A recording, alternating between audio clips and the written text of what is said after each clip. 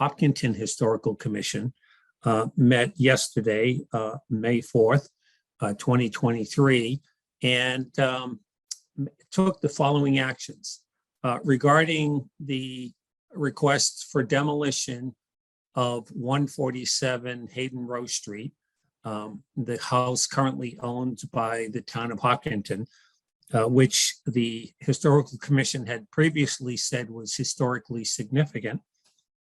Upon finding out that the Board of Health has actually condemned the structure, we, in our deliberation to determine whether it was preferably preserved or not, put a lot of weight in that determination by another committee.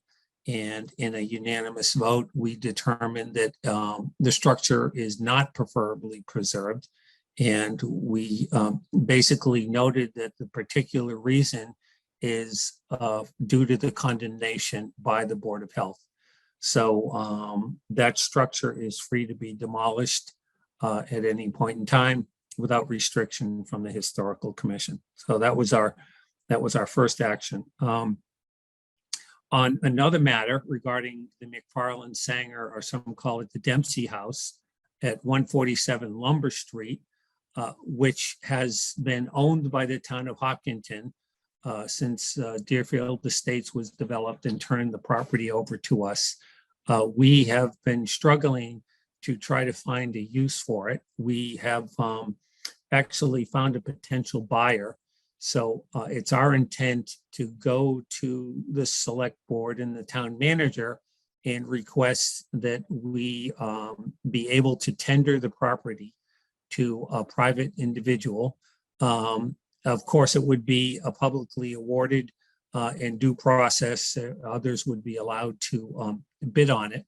But the conditions that we are going to put on the property are that we're going to request a Mass Historical Commission deed restriction that would require oversight on the property so that any structural or significant aesthetical modifications to the structure have to first be approved by a governing agency. And since the town is the one selling the property, that governing agency will have to be someone other than a town committee. So we'll have to find a private group, perhaps Preservation Massachusetts, or there are several other groups that are capable and able to have governance over a private individual deed restriction for historical significance. But the first thing we have to do is work with the Mass Historical Commission to get a deed restriction. Now, we've done this already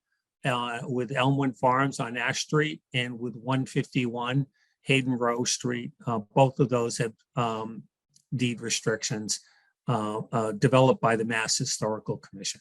So it's a practice we've already engaged in. So our intent for 147 Lumber Street, the McFarland Sanger / Dempsey House, is that we will sell it to an individual with a deed restriction and hope that they are able to then restore it to the condition that it has been in the past. So that's our objective with McFarland Sanger. So there's more work on that.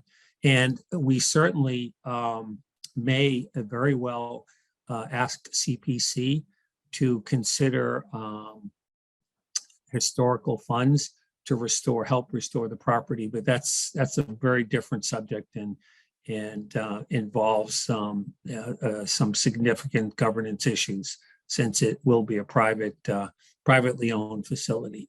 But others have done that in the state of Massachusetts, so we're going to look into that as well. So that's a second property. The third development that the Historical Commission is overseeing is the restoration of Aikens Park in Stone Bridge. For those who don't know Aikens Park, it's a small parcel of land on the Sudbury River, right near the Southborough train station.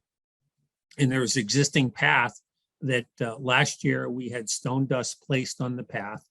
And this year, thanks to our town manager, Norman Khumalo, who helped spearhead, and his staff, Mike Manser, Dave Del Torio, and others, helped helped spearhead getting the granite from the Main Street redevelopment project to be reused for Aikens Park. So we had a CPC grant for $40,000 to buy new granite, but we are now going to be able to repurpose the granite that was at Main Street and use it for the park, restore the old posts that were there 150 years ago when the bridge was originally built.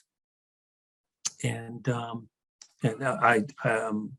then recreate some of the existing conditions that were in existence. So I'm very encouraged by the cooperation of the town manager and the DPW to assist in doing this project. So I think it's a real win for the town because we're able to repurpose granite that could otherwise go unused, and I think it'll be an asset to the town. It's for those who don't know the Stone Bridge, it is dry laid, and it is one of only no more than 50 in the entire United States that have that span that's still in existence, and that's according to the bridge expert at the Pennsylvania Department of Transportation who has provided me that info. So it is significant, and I think once we're done with the work there, I think the Historical Commission's objective would be to get it on the National Register